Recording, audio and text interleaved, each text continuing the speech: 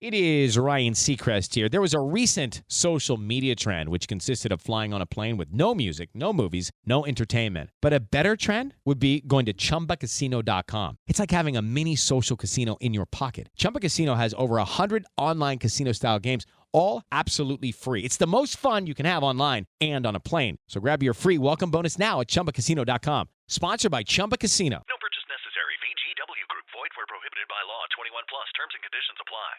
Welcome to the Deep Dive. This is where we take the info you send us, break it down, and pull out the key insights just for you. Today, we're getting into a really interesting Eastern Conference matchup. The Miami Heat taking on the Cleveland Cavaliers. Yeah, this one's fascinating because fundamentally, these teams are just built so differently. They play differently. You've got the Heat, right? Their whole identity is just, resilience, tough defense. It's that Heat culture, largely shaped by Jimmy Butler, even though he wasn't like a main keyword in the source material. Right, you can't talk Heat without Butler. Exactly.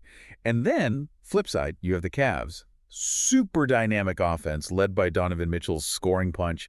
And they've got this mix of, young guys and more established players. It feels like every time these two play, even in the regular season, it carries weight for the East. Playoff seeding, just, who's higher up the ladder. Definitely high stakes. And the styles clash so much, that contrast, plus the individual player battles, it just makes for good basketball. So for this deep dive, what are we really focusing on? What's the core mission here? Okay, so the plan is to really dig into the strengths and the weaknesses of both teams. We'll look hard at key players. The source mentioned Donovan Mitchell, Tyler Herro, even a guy like Ty Jerome for Cleveland, what role he plays. And coaching strategies too, obviously. We want to explore where things might be headed, maybe looking towards the 2024-2025 season, hypothetically.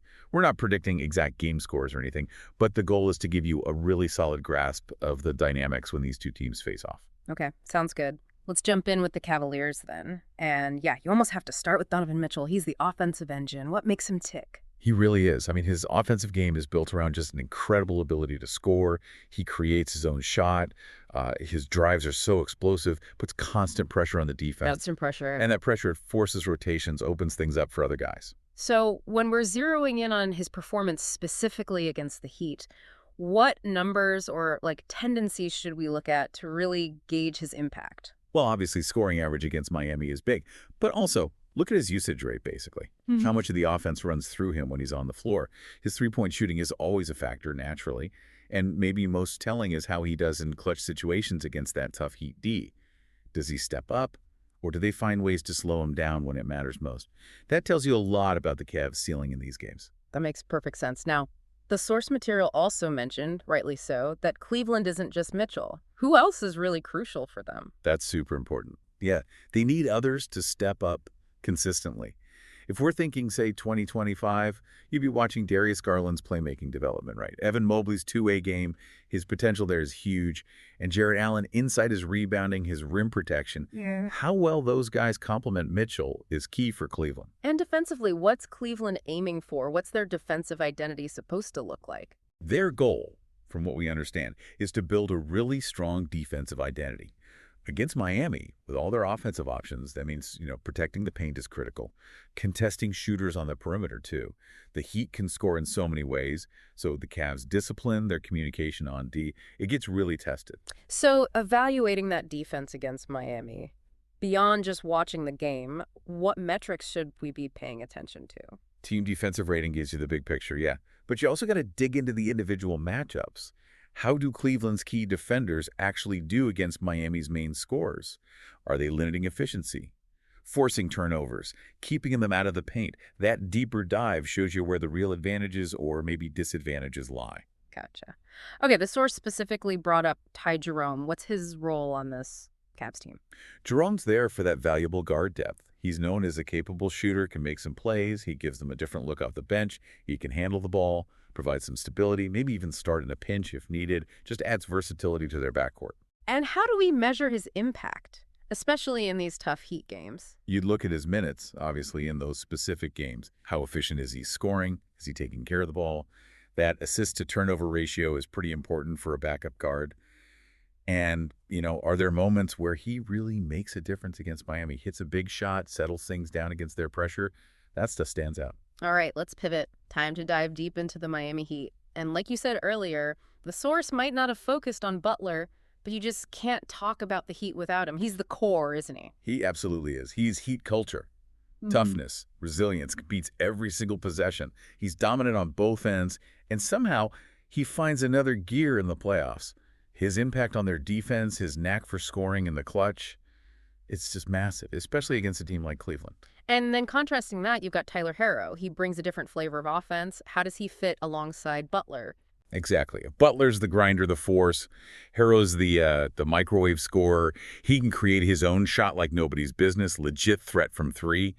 Gives them that scoring versatility they need. He's a really important offensive counterpunch to Butler's style. So when Herro goes up against the Cavs, what should we be watching for in his performance? Well, his scoring numbers, obviously, his percentages in those games. How does he handle the Cavs' perimeter defenders?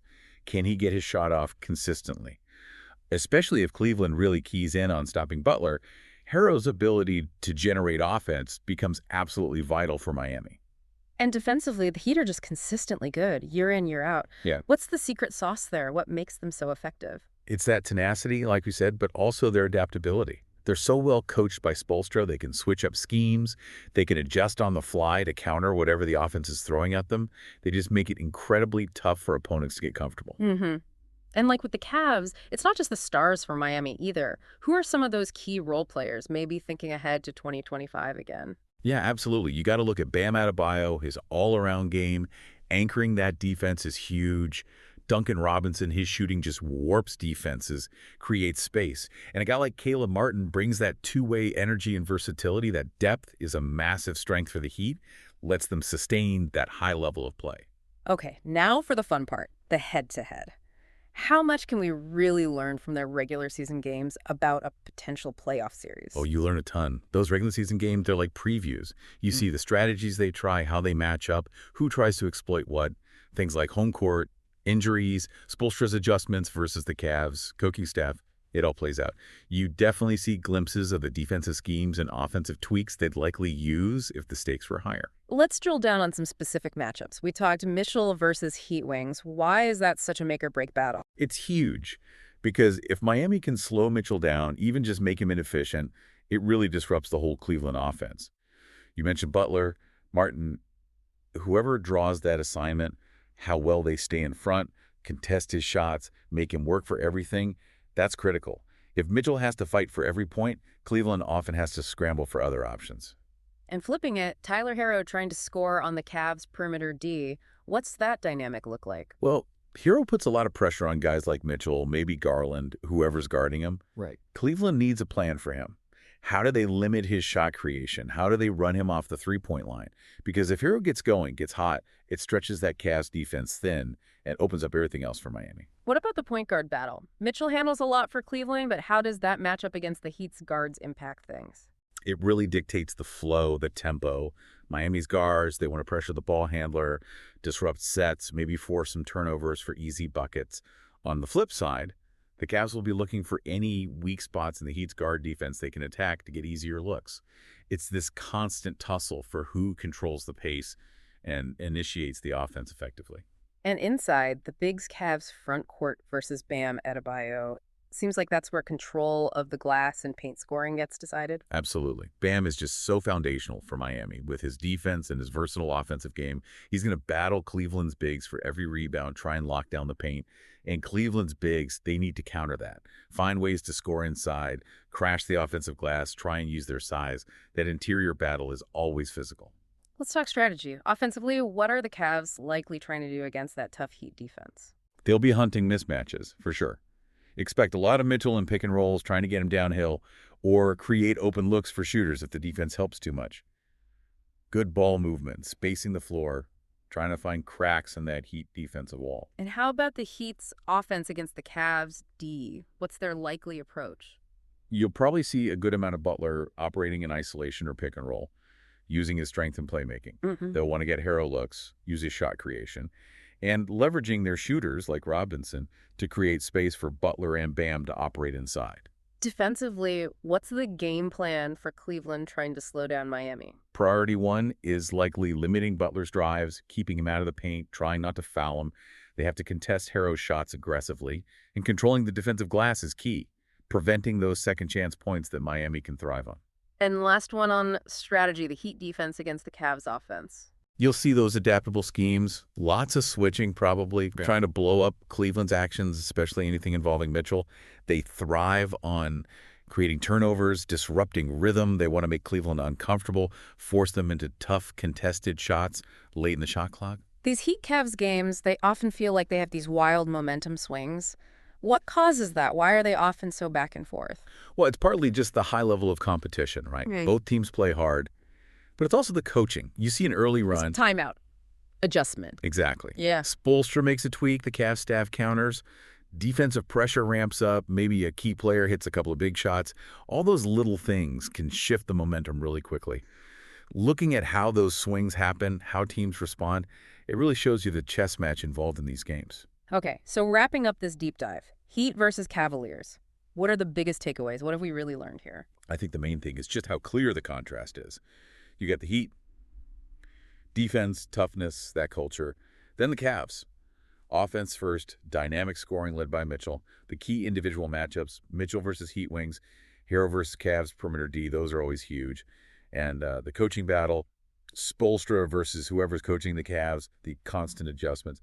That's always a massive factor in how these games play out. It's just a really compelling matchup in the East. Yeah, great summary. So for everyone listening, after hearing all this, which team style do you personally lean towards?